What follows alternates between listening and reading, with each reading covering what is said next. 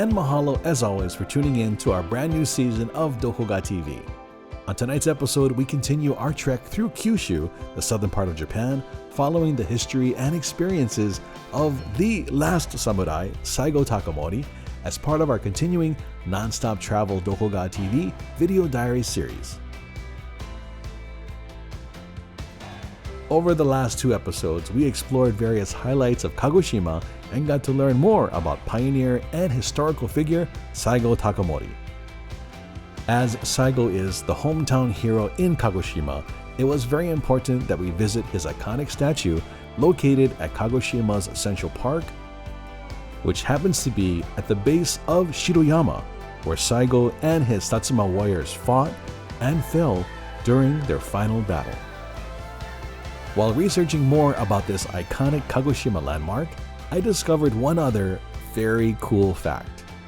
Saigo Takamori's statue was created by artist Teru Ando in 1937.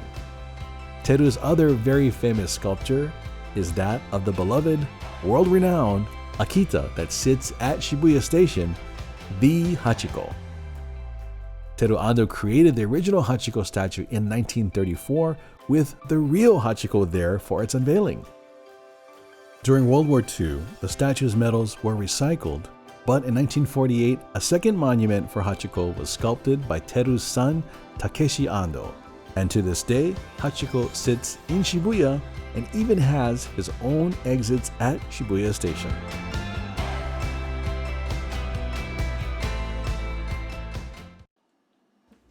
Up next, our non-stop travel group headed to one of my favorite spots and experiences during this entire trip, the Sengaen Gardens located on the coastline of Kagoshima.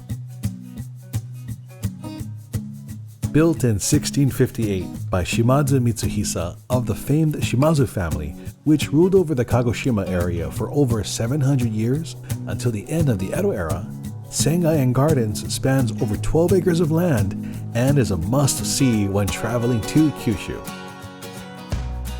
The beauty of Sengaen is endless, and having the Sakurajima volcano as a backdrop, it was impossible to take a bad picture here. The layout of the gardens was constructed with the principle of borrowed scenery, meaning the gardens were designed specifically so that the background elements, like the coastline, surrounding waters, and Sakurajima, were all factored into the overall aesthetics, appeal, and ultimate beauty of the Sengaen Gardens. Do you know Kendo martial arts? Kendo's one is around 700 grams. This is 1.5 kilogram to 2 kilogram, so twice heavier than the martial arts sword. And this weight is almost the same as the real samurai sword. That's why samurai use this to train. Using this, and they actually hit 11,000 times a day. Tired. Okay, everybody. This is the main gate constructed in the 19th century. Using this gate, NHK shoot Atsuhime. And Atsuhime TV crew stay here for 2 days. Saigo TV crew stay here for 10 days. Sengaen also played a major part in Japan's Industrial Revolution in the 1800s. Due to Kagoshima's location and vicinity to the rest of Asia, the Shimazu clan was on the forefront in embracing Western influences and even conducted unauthorized trade with the outside world during Japan's Sakoku period of self-isolation in the Edo era. Now, to go back just a little bit to our first episode of this Saigo Takamori video diary series, we visited the Terukuni Shrine, the final resting place for 28th Lord Shimazu Nariakira. Lord Nariakira was known for his affinity of Western education, technology, and weaponry. Inspired by this, yet concerned about the encroachment of American and European nations' show of force and ever-growing presence in Japan, Lord Nariakira laid the groundwork for creating the first modern iron and shipbuilding factory in Japan called the Shoko Shuseikan. As a result of the Shimazu clan's efforts and embracing of Western influence, as well as Saigo Takamori and the Satsuma warriors' efforts helping issue in the Meiji period, Kagoshima is often referred to as the birthplace of modern Japan. The Sengaen Gardens and nearby Shoko Shuseikan were deemed one of 8 UNESCO World Heritage Sites as related to Japan's Meiji period industrialization. So, after taking about 1,000 pictures of the epic views here and learning about the history of Sengaen, it was lunchtime. As if getting some of the best views ever of the southern part of Japan here in Kyushu, visitors are welcome to dine at Sengaen's Shofuken restaurant. Here, you will enjoy an amazing course meal while gazing at Sakurajima and the surrounding waters of Kagoshima's Kinko Bay. Our lunch consisted of Kagoshima's world-famous kurobuta or black pork shabu shabu, sashimi, fish cake, katsu, and salad.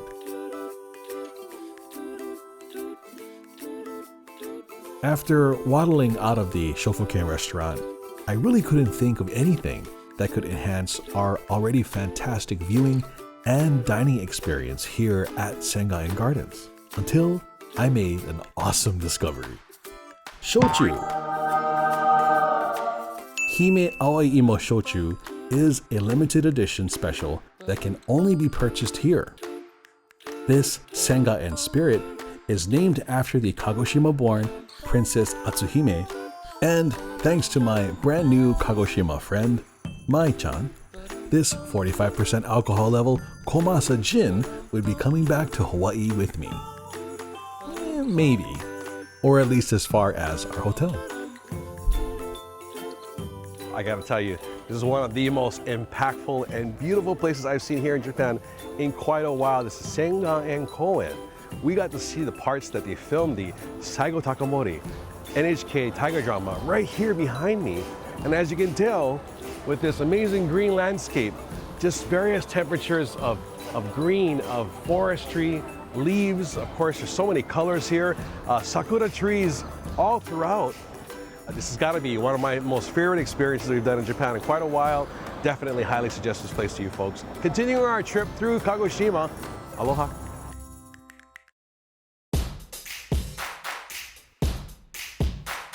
The 808 group continued our discovery of Kyushu and enjoyed the coastal drive from Sengaen Gardens to Kirishima City. Our Kagoshima history lesson continued at the Hinatayama Segodon village, which features a Saigo Takamori themed inn and Japanese garden. Yet another perk and group favorite was the Ashiyu, or outdoor foot onsen, which makes sense as Hinatayama is known for their hot springs, as well as being a favorite and frequently visited spot for Saigo Takamori.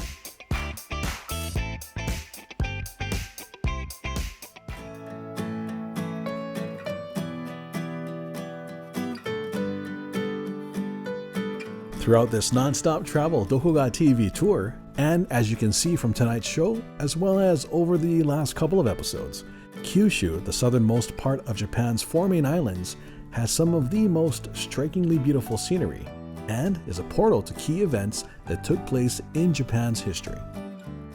Here, history as related to Japan's national religion and Shinto mythology are intertwined and play a significant and symbolic role in Kirishima. According to Shinto belief and folklore, Kirishima is referred to as the land where gods once descended, and that this shrine is where these deities are preserved and honored. In addition to being one of the oldest Shinto shrines in Japan, Kirishima Shrine was initially built around the 5th century in Kyushu's Miyazaki prefecture, but was destroyed due to volcanic eruption. The shrine was rebuilt here in 1715 and is where we enjoyed the endless parade of trees, soothing sounds of nature, and a quiet calm that made for a perfect afternoon. This is a typical Shinto shrine's roof, and also it has emperor's family crest over there because of the ancestor of our emperor enshrined this area. That is the sacred tree, and that is 800-year-old cedar tree. The tranquility and serenity of this place is why KIRISHIMA Shrine is now added to my infinitely expanding list of favorite places to visit in Japan.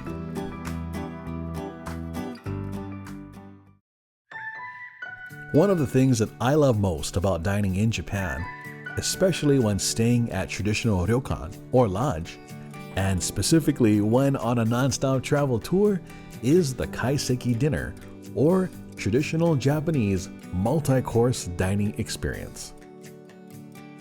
A kaiseki dinner is a very elegant and artful presentation that includes anywhere from 6 to up to 15 courses or dishes. While kaiseki dinners vary from season and location, such as regional specialties like the beautiful Hokkaido crab showcased here, kaiseki meals will include an appetizer or sakizuke, hasun, a dish that's symbolic of the season, mukozuke or sashimi, yakimono or grilled course, and shizakana, a hot pot type of main dish. After such an amazing day of Kyushu sightseeing, the non-stop travel group and I headed to our hotel, which became yet another highlight of this trip and 808 favorite in Kagoshima.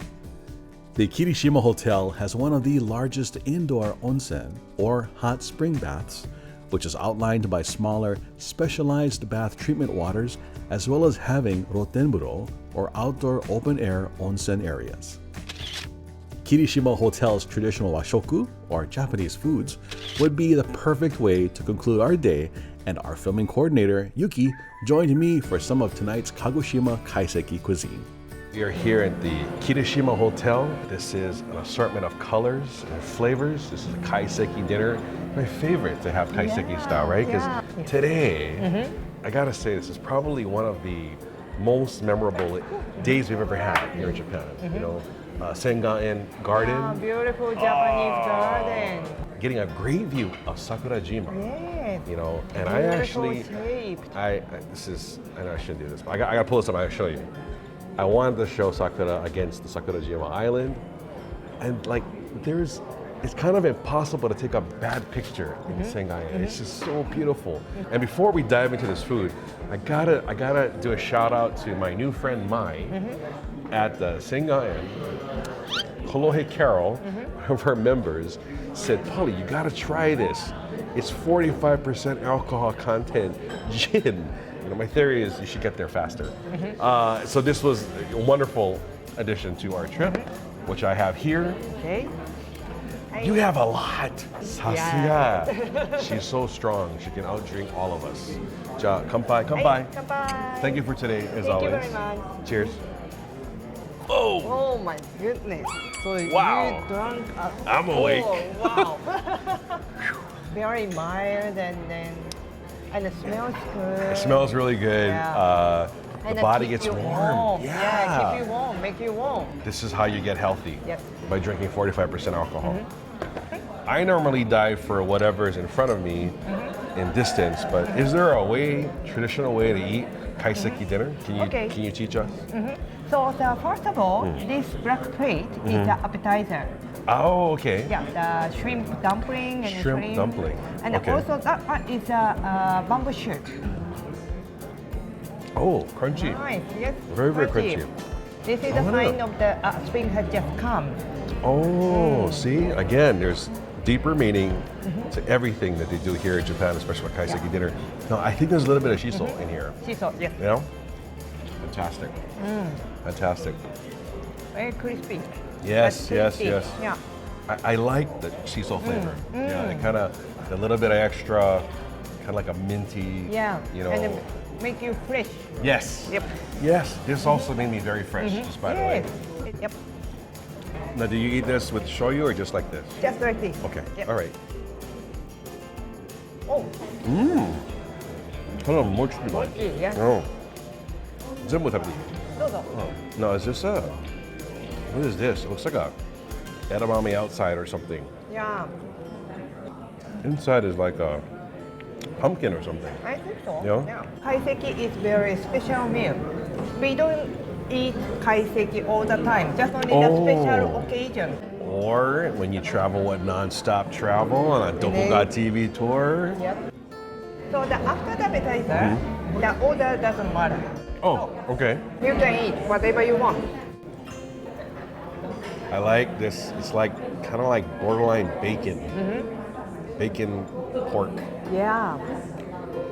And this is also the local pork. It's called the black pork, kurobuta. Kurobuta, black pork. Black pork. I gauged your initial silence to mean that it's very good. We're gonna have a little bit of everything here. It's cooked in the dashi. Yep. I'm gonna go for the pork now. Bacon like kurobuta. Yeah, bacon like. Oh, it looks beautiful. It's beautiful. Wow. It's immediately melting right now in my mouth. It's so good. Too good. It's fantastic.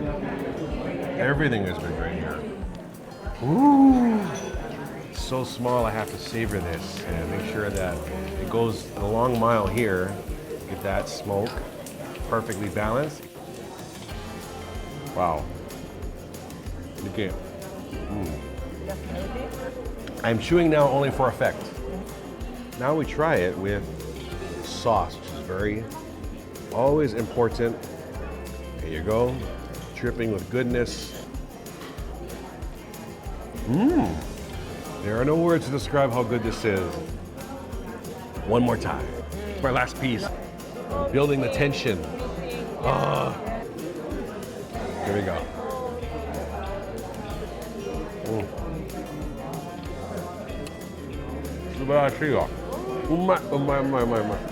Yeah. This is fine. It's cooking. I didn't think you wanted to eat it. No. Are you I'm sure? waiting for the best timing. I want to help you. No need. No, thank you. Sure. I'm Okay. sure. Absolutely fantastic. It's been a wonderful day here. Part of the Saigo Takamori Segadon Tiger Drama Nonstop Travel Doko Ga TV Tour. Aloha.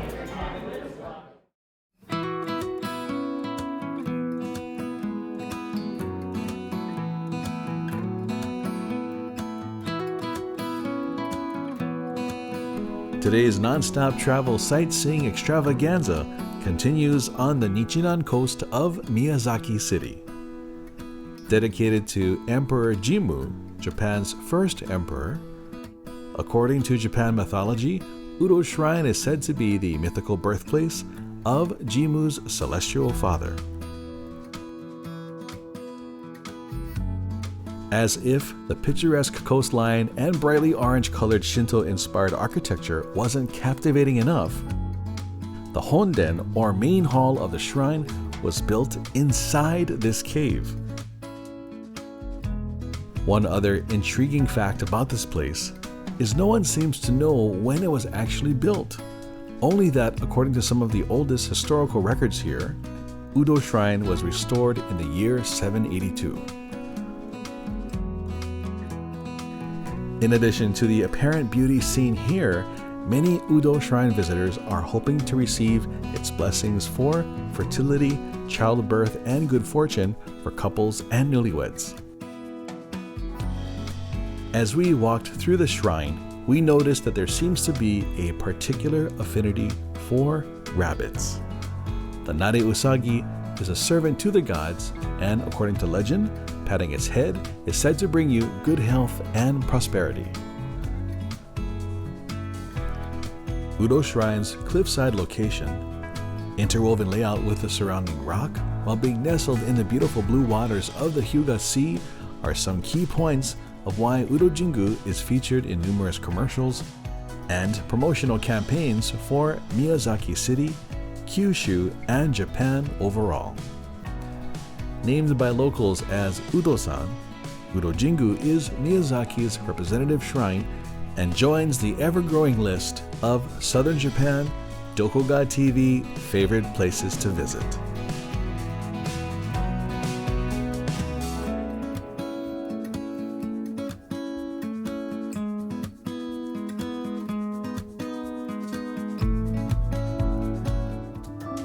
Mahalo for tuning in to tonight's episode of Doko Ga TV. Tune in next week for our continued coverage of our nonstop travel Doko Ga video diary series. Team Doko Ga TV just wanted to let you know, for more updates, news, and some cool contests, please follow us online. Mahalo as always for tuning in to Doko Ga TV Japan Mania, and see you next week.